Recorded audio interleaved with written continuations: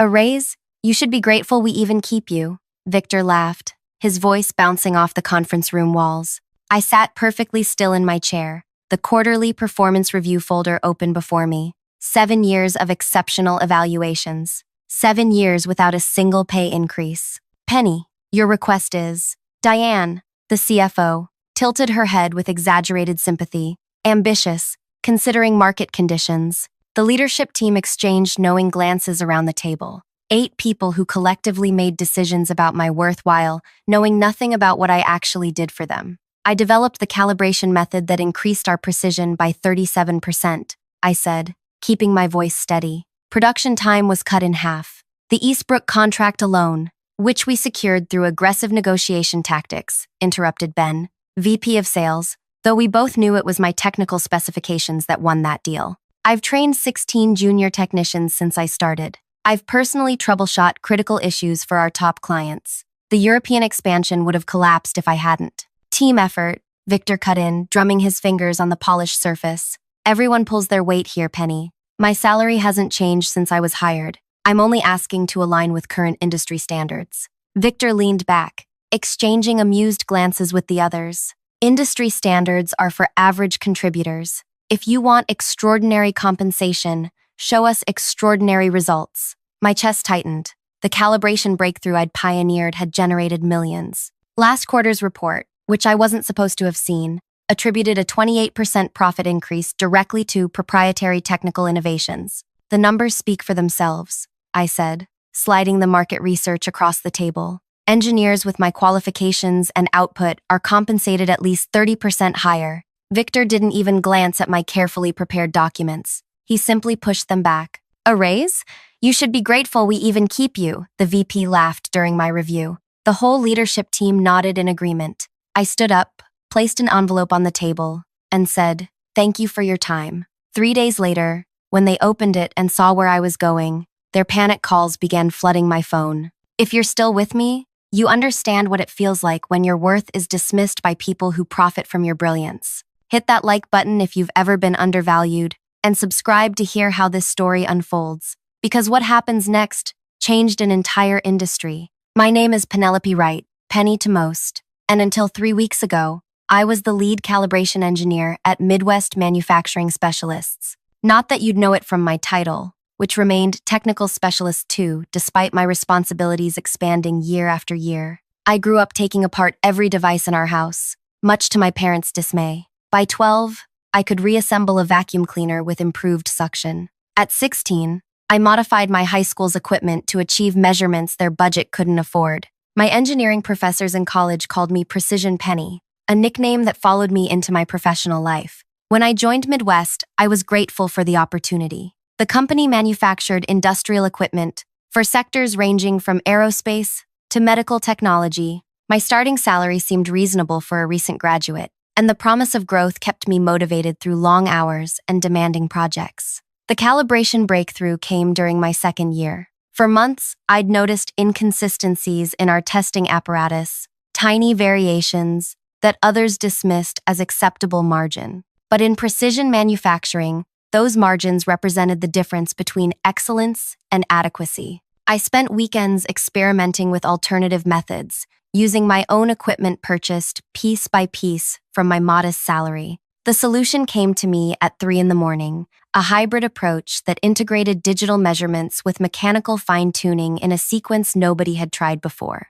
When I demonstrated my method to the engineering team, the results were immediate. Precision improved dramatically, while cutting calibration time from 6 hours to just under 3. The production floor implemented my technique within a week, and suddenly our products outperformed every competitor in accuracy tests. Orders increased, quality complaints disappeared. Client retention hit 100% for the first time in company history. I waited for recognition, a promotion, a bonus, even just acknowledgement in the company newsletter. Instead, in the quarterly meeting, my innovation was presented as our new proprietary method, with no mention of my name. Victor took questions from impressed board members while I sat silently in the back row. "This is how business works," my colleague Jamie told me afterward. "Individual recognition isn't how you advance here. Be patient." So I was patient. I trained new hires on my calibration method. I documented every step so production wouldn't suffer during my rare sick days. I answered calls from clients at midnight when their equipment needed emergency adjustments. The European expansion came in my 5th year. Regulatory standards differed significantly from American requirements, and the first shipment of machines failed inspection spectacularly. The expansion team was in crisis, with millions in equipment sitting in warehouses, unusable. "Penny, we need solutions, not explanations," Victor said during the emergency meeting. "Either fix this, or we'll find someone who can." I canceled plans for the next 6 weekends. My relationship with Luis ended when I missed his sister's wedding. I redesigned critical components, revised testing protocols, and created new calibration standards specifically for European requirements. By the 7th week, our equipment passed inspection with scores exceeding local manufacturers. The company celebrated the successful expansion with a party I couldn't attend. I was on a video call with German technicians, walking them through implementation. Each year, my performance reviews praised my dedication and technical expertise. Each year, my compensation remained unchanged. When I raised the issue, I was told the company was restructuring or consolidating resources or emphasizing team achievements over individual contributions. I watched newer employees, usually men with half my experience, negotiate starting salaries higher than what I was making after 6 years. "That's just how negotiation works," Human Resources explained when I inquired. "Your performance is valued, but we can't disrupt internal equity by adjusting established employees." So I stopped asking and started applying elsewhere. The offers came quickly. My reputation in the industry had spread, despite the company's effort to brand my innovations as their collective achievement. I declined 3 positions out of misplaced loyalty before an unexpected email arrived in my personal inbox. "Your calibration method has revolutionized equipment precision standards," wrote Olivia, Director of the Industrial Certification Authority. "We're creating a new position, Chief Innovation Officer, to modernize certification protocols across the industry. Based on your contributions to the field, we'd like to discuss your interest." The ICA sets the standards that every manufacturer in our sector must meet. Their certification is the difference between market access and bankruptcy. Their offer included compensation that made my current salary look like a clerical error, plus authority to shape industry practices. I met with Olivia for dinner, intending only to gather information. 3 hours later, surrounded by empty plates and pages of notes about potential improvements to certification standards, I realized I'd found my path forward. "I need 2 weeks to properly transition my current projects," I told her as we parted. "Take the time you need," she replied. "We've waited years for someone with your vision. A few more weeks won't matter." I decided to give Midwest one final chance. I prepared extensive documentation showing my contributions, market salary data, and a modest request that would still leave me underpaid but would acknowledge my value. I scheduled my annual review early and arrived with hope that rationality might prevail. Instead, I got laughter and dismissal. As I walked back to my workstation after the meeting, a strange calm settled over me. 7 years of doubt about my worth dissolved in an instant. Their reaction wasn't a negotiation tactic. It was a revelation of how they truly saw me, disposable despite being irreplaceable. I sent a brief email accepting Olivia's offer before starting my afternoon tasks. That evening, I drafted my resignation letter. 2 paragraphs, professional and concise. I mentioned no grievances, made no accusations. I simply stated that I would be departing in 2 weeks to pursue another opportunity and would ensure all my projects were properly transitioned. I slipped the letter into an envelope and placed it in my bag for tomorrow. My phone lit up with a text from Jamie. "How'd the review go?" I stared at the screen for a long moment before replying, "Exactly as expected." The next morning, I arrived at work as usual.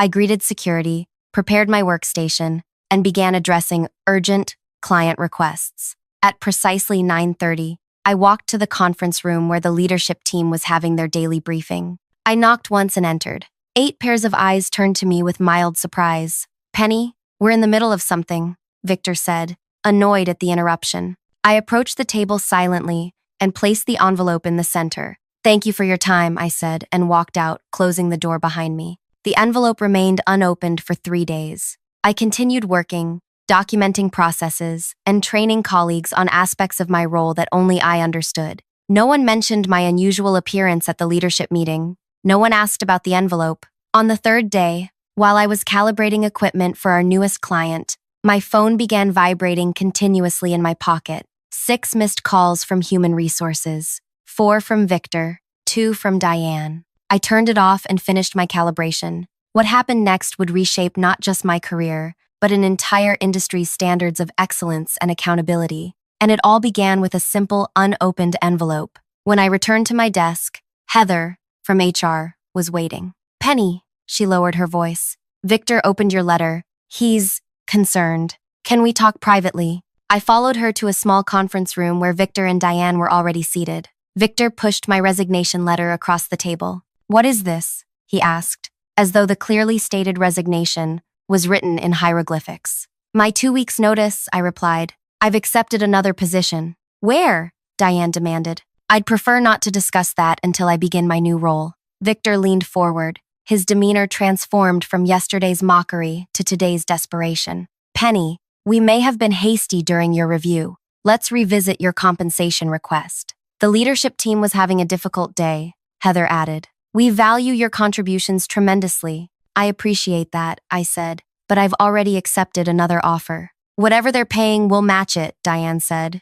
I thought about 7 years of denied requests, of watching less qualified colleagues advance while I remained stationary, of weekend work and midnight troubleshooting, of innovations attributed to the company rather than to me. "This isn't about money," I said, though partly it was. "It's about finding the right opportunity for my career growth." "We can create a new position," Victor offered, "Senior Technical Specialist. With a team reporting to you." "Thank you, but my decision is final." They continued with escalating offers, as though negotiating with a hostage-taker. By the time I left that room, they'd promised a 50% raise, a director title, and a seat on the innovation committee. The same committee that had rejected my improvement proposals for years. I declined each offer with increasing certainty. The next 2 weeks were surreal. Colleagues who had barely acknowledged me for years suddenly wanted lunch. Executives who couldn't remember my name stopped by my workstation with technical questions that revealed how little they understood about our own products. I documented everything meticulously: calibration procedures, troubleshooting protocols, client-specific modifications. I created training materials for processes I'd previously maintained alone. I transferred knowledge accumulated over 7 years into organized files, accessible to anyone who might need them. On my final day, I handed over my projects to 3 different engineers, each taking a portion of my responsibilities. My desk, always minimal, took less than 10 minutes to clear. Victor appeared as I was signing final paperwork with HR. "This is a mistake, Penny," he said, following me toward the exit. "You're throwing away 7 years of building your career here." I stopped at the security desk and handed over my badge. "Those 7 years provided valuable experience. I'm grateful for that. At least tell us where you're going," he pressed as we reached the lobby. "We should stay in touch." I considered various responses before settling on simple truth: the Industrial Certification Authority. Today was my last day here, but I don't start there for 3 weeks. "I'm taking some time off." His face paled. "The ICA? In what capacity?" "Chief Innovation Officer." Victor's expression collapsed into something between panic and disbelief. He knew, as everyone in our industry knew, that the ICA's standards determined which products reached market and which failed. Their certification process could accelerate or destroy a company's future. His voice dropped to a whisper. "We should talk about this." "We've had 7 years to talk," I replied. "Goodbye, Victor." I walked through the glass doors into bright spring sunshine, the weight of unappreciated years falling away with each step toward my car. Those 3 weeks between jobs were the first real break I'd taken since college. I visited my parents in Michigan, hiked trails I'd always been too busy to explore, and slept without setting an alarm. I declined 14 calls from various Midwest manufacturing numbers and deleted their voicemails unheard. On my first day at the ICA, Olivia personally showed me to my office, an actual office with a door and windows, not the shared workstation I'd occupied for 7 years. "The certification standards haven't been substantially updated in nearly a decade," she explained. "Technology has evolved, but our requirements haven't kept pace. Your first project is to modernize our approach, particularly in precision measurement protocols." I spent my first month learning the organization, reviewing current standards, and identifying outdated requirements. By the 6th week, I'd drafted preliminary revisions that would raise industry standards to reflect current technological capabilities. These are significant changes, noted Xavier, the technical review director, during our planning meeting. Some manufacturers will struggle to comply. Any manufacturer using current best practices will meet these standards, I replied. The changes primarily affect those using outdated methods or taking shortcuts. Like ignoring calibration drift over time? Xavier asked. Exactly like that, I said, thinking of how Midwest routinely extended recalibration intervals to save costs, a practice I'd repeatedly flagged as potentially dangerous. The standards revision process took 3 months of meticulous work, peer review, and industry consultation. Throughout, I maintained strict professional ethics, never targeting specific manufacturers or creating requirements that only benefited certain companies. The new standards simply reflected what was truly possible with modern technology, precision levels I had personally achieved years earlier. When the updated standards were published, my phone rang within hours. Penny, it's Jamie from Midwest. Have you seen what the ICA just released? I wrote what the ICA just released, I replied. These precision requirements, the calibration schedules, they're impossible. They're not impossible. I implemented similar standards at Midwest 3 years ago, but they were never formally adopted because of cost concerns. Silence stretched across the line before Jamie spoke again. Our certification renewal is due next month. We're nowhere near compliant with these new requirements. The ICA offers implementation consulting for companies transitioning to the new standards, I said, reciting our official position. I can refer you to that department if you'd like. Jamie declined, and I later learned Midwest had hired an external consultant at premium rates. 2 weeks later, my assistant notified me that Midwest Manufacturing had requested an expedited pre-assessment review, a service we offered to companies concerned about their certification status. The review was assigned to one of our senior inspectors, maintaining my professional distance from my former employer. The inspector's report arrived on my desk with a large red flag notification. Midwest's equipment failed to meet the new standards by significant margins. Their calibration procedures were outdated, their precision measurements inconsistent, and their quality control documentation inadequate. I forwarded the report to our certification committee with standard recommendations for improvement paths. No special treatment, positive or negative, just the facts. 3 days later, Victor called my direct line. Penny, he began without greeting. We need to discuss these new certification requirements. All communication regarding certification should go through official channels, I replied. The implementation team can assist with your transition plan. This isn't about implementation, he snapped. These standards are clearly designed to target our processes specifically. This feels personal. The standards apply equally to all manufacturers in the sector, I said. Many companies are already in compliance. Others are successfully implementing updates. You know exactly what you're doing, he accused. You're using your position to punish us for not giving you that raise. I let his words hang in the air for a moment.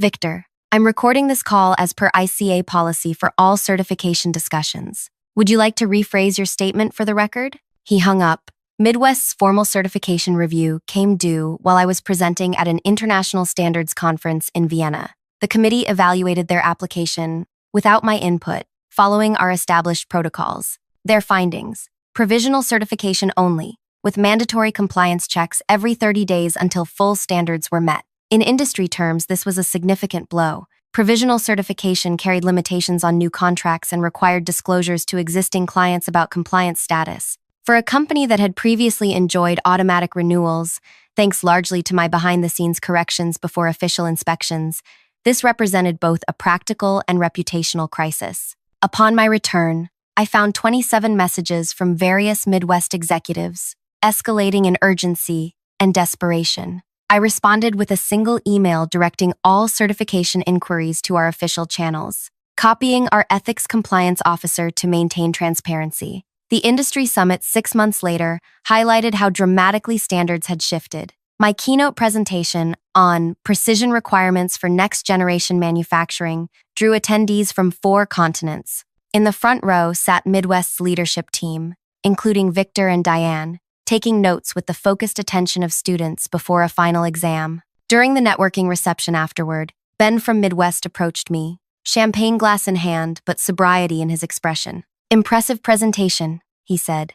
We've hired 3 specialists to implement the new standards, but progress is challenging. Quality improvement is always a journey, I replied neutrally. We've invested nearly $7 million in equipment upgrades, he continued. Ironically, these are the same upgrades you requested in your last budget proposal with us. I sipped my water, saying nothing. The thing is, Ben lowered his voice, we're still struggling with the calibration protocol. The documentation you left wasn't quite complete. The documentation was comprehensive for the methods in use at that time. I corrected him. The new standards require different approaches, which you pioneered, he noted. Look, Victor wants to meet with you, privately, to discuss consulting opportunities. I maintained my professional smile.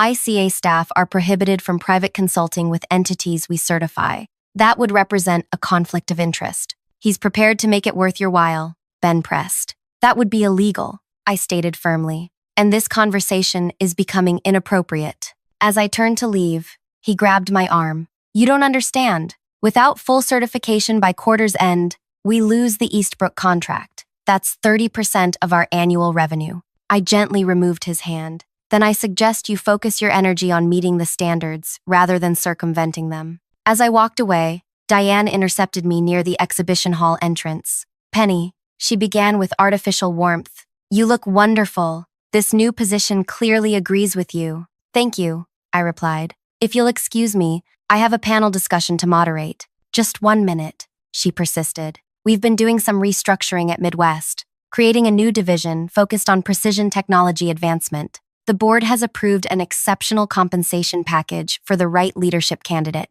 I met her gaze directly. Are you offering me a job, Diane? We're exploring possibilities with someone who understands our unique challenges. Someone who could help you meet the new certification standards? Someone who recognizes the practical realities of implementation timelines, she countered. I smiled politely. I believe the ICA's implementation guidelines already provide realistic timelines for companies committed to quality improvement. Companies that can survive those timelines, she muttered. The statement hung between us, revealing more than she intended. Midwest wasn't just struggling, they were in serious trouble. If Midwest manufacturing can't meet industry standards, I said carefully, perhaps there are more fundamental business challenges to address than just certification requirements. Her pleasant facade cracked slightly. You know exactly what you're doing to us. Applying the same standards to all manufacturers that I apply to myself? I suggested. Yes, I do know exactly what I'm doing. As I walked away, Victor appeared from a side hallway,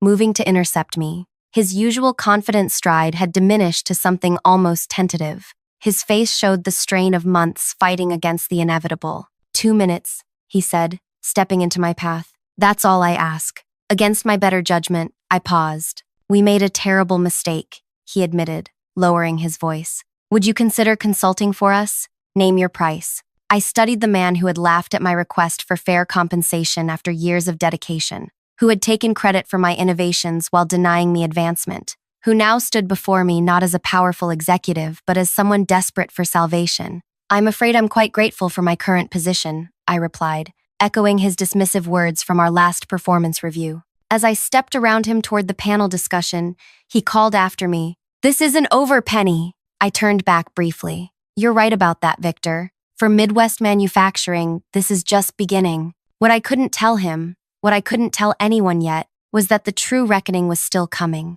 Because while updating industry standards had created problems for my former employer, those changes were never about revenge. They were simply good business practice, long overdue improvements that benefited the entire sector. My actual plan was only now entering its final phase. The panel discussion on ethics in technical innovation was my last official event at the summit. As experts debated the boundaries between proprietary methods and industry standards, I noticed Victor slipping out of the auditorium, phone pressed to his ear, face tense with urgency. 2 weeks later, industry news reported that Midwest Manufacturing had secured an emergency loan to fund strategic improvements. Reading between the lines, they were burning cash to meet certification requirements before losing major contracts. Back at ICA headquarters, my team had begun the second phase of our standards modernization, transparent attribution protocols. This new framework would require companies to properly credit technical innovations to their original developers, both to recognize individual contributions and to create clear chains of intellectual ownership. The patent system already does this, argued one board member during our proposal review. Patents are expensive, time-consuming, and often impractical for process innovations, I explained. Many breakthrough methods are developed by employees who lack resources to patent their work independently, while companies claim these innovations as proprietary without acknowledging creators. After 3 hours of debate, the board approved the initiative with one significant modification. It would be implemented as a voluntary certification enhancement for the first year, becoming mandatory in the second. Companies need time to adjust their documentation practices, the board chair explained. This gives them a transition period while still rewarding early adopters. Perfect. The voluntary phase would serve my purposes even better than a mandatory rollout. That evening, I received an unexpected visitor at my office as I was preparing to leave. Penny, got a minute? Jamie stood in my doorway, looking uncomfortable in formal attire instead of the casual clothes we'd worn at Midwest. Jamie, what are you doing here? I interviewed with your implementation team this morning, she said.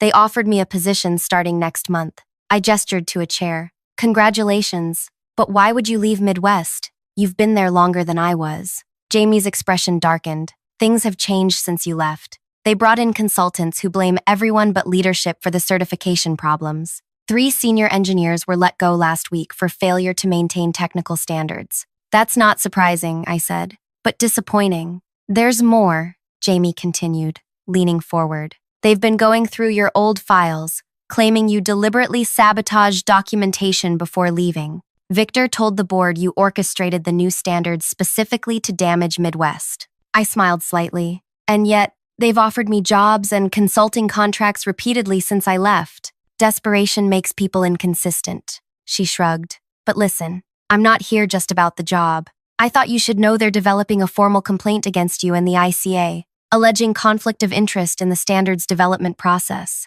My smile widened. Are they really? Jamie studied my expression. You don't seem concerned. Because I've done nothing wrong, I replied. Every step in our standards development was documented, peer-reviewed, and approved through proper channels. My personal history with Midwest was disclosed and properly managed. They're saying you had access to proprietary information that you're now using against them. The certification standards contain nothing proprietary to Midwest, I said. They reflect industry best practices that dozens of manufacturers already implement successfully. Jamie nodded slowly. That's what I figured, but they're desperate. The Eastbrook contract is hanging by a thread, and 3 other major clients are reviewing their options. As Jamie left for her orientation meeting, I considered the implications. A formal complaint would be inconvenient but ultimately beneficial to my plan. It would trigger exactly the type of scrutiny I'd been carefully preparing for. The next morning, I received a formal notice that Midwest Manufacturing had indeed filed a complaint with the ICA's Ethics Committee and the Industry Oversight Board. They alleged that I had weaponized inside knowledge and manipulated certification requirements to target specific operational methods used by Midwest. I forwarded the complaint to our legal team with a brief note. Proceeding as anticipated. Please implement Protocol 37. Protocol 37 was our standard response to certification challenges. A. Comprehensive review of all documentation related to standards development, including every draft, comment, and revision. It was typically a 3-week process that produced hundreds of pages of evidence supporting our methodologies. For the next month, I continued my regular duties while the ethics investigation proceeded. I made no public comments about Midwest, maintained strict professional boundaries, and focused on our new attribution framework. 3 manufacturing leaders approached me about early adoption of the attribution standards, eager to position themselves as ethical innovators. I worked closely with their teams to implement the voluntary certification, establishing processes that would later become industry models. 6 weeks after filing their complaint, Midwest requested an urgent meeting with the ICA board. As Chief Innovation Officer, I was invited but recused myself due to the ongoing ethics investigation. Instead, I prepared a detailed brief for the board and watched the proceedings via closed circuit from my office. Victor led Midwest's presentation, flanked by their legal team and 2 external consultants. Gone was the desperate man from the summit. Today, he projected confident indignation. The new standards are technically sound, he conceded, but their implementation timeline is punitive and appears targeted at specific manufacturers, including Midwest. We believe this represents a conflict of interest related to Miss Wright's previous employment. The board chair responded with practice neutrality. The Ethics Committee has completed its investigation of your allegations. Their findings have been distributed to all parties. Victor accepted the thick folder handed to him, but continued without opening it. Furthermore, we've discovered evidence that Miss Wright deliberately withheld critical calibration documentation before her departure, making compliance unnecessarily difficult. This was a serious accusation, one that could damage my professional reputation if it gained traction. The board chair glanced at the Ethics Committee representative, who nodded and stood. Actually, that specific allegation was anticipated and investigated thoroughly. Page 47 of our report addresses documentation protocols at Midwest Manufacturing during Miss Wright's tenure. Victor flipped to the page, his expression shifting from confidence to confusion as he read. As you can see, the committee representative continued, Miss Wright maintained exceptional documentation standards. Her departure materials included 2,347 pages of technical documentation, 126 training videos, and detailed transition notes for each project. We've compared this to industry benchmarks and found it exceeds standard practices by approximately 340%. This doesn't align with our internal assessment, Victor argued. Critical calibration sequences were missing from the documentation.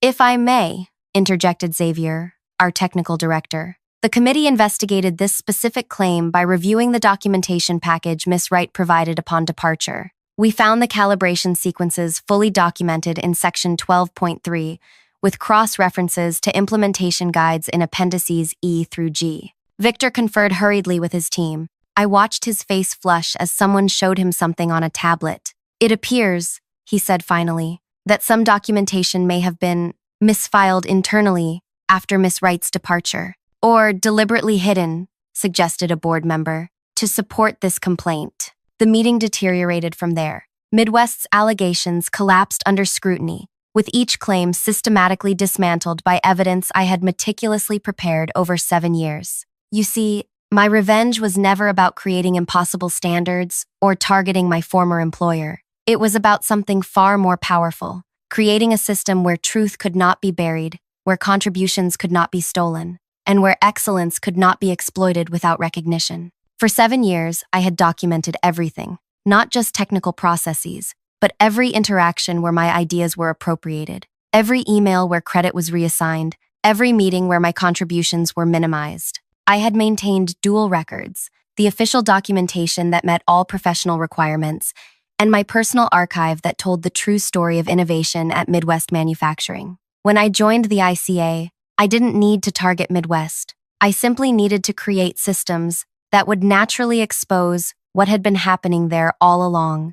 The attribution framework was the final piece, not because it would force Midwest to acknowledge me, that time had passed, but because it would prevent them from doing to others what they had done to me. 2 days after the failed complaint hearing, Midwest's board of directors announced an internal investigation into potential misrepresentation by senior leadership regarding technical capabilities. Within a week, Victor and 2 other executives were placed on administrative leave. The Industry Oversight Board initiated a separate investigation into potential securities violations related to materially misleading statements about proprietary technologies in Midwest's investor communications. Those communications had claimed ownership of innovations that were actually my uncredited work.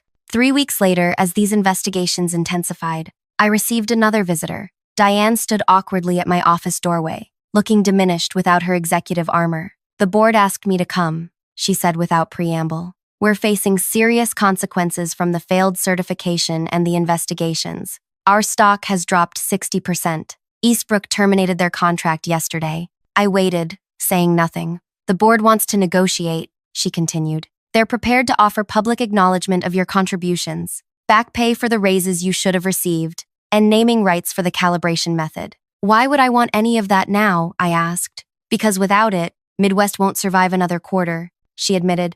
400 people will lose their jobs. Not just leadership, engineers, technicians, people who had nothing to do with how you were treated. I considered her words carefully. The attribution framework offers a path forward for companies willing to honestly document their innovation history. Midwest could be among the first to adopt it. That would mean admitting publicly that leadership took credit for work we didn't do, she said. Yes, I replied simply. It would mean telling the truth. She nodded slowly. I'll take that to the board. But Penny, was this your plan all along? From the moment you placed that envelope on the table? I met her gaze directly. My plan was to create an industry where innovation is properly attributed and excellence is properly valued. What's happening to Midwest is simply the natural consequence of years of decisions made by its leadership. The following month, Midwest Manufacturing became the fourth company to adopt the attribution framework. Their implementation included a public reconciliation of innovation credits,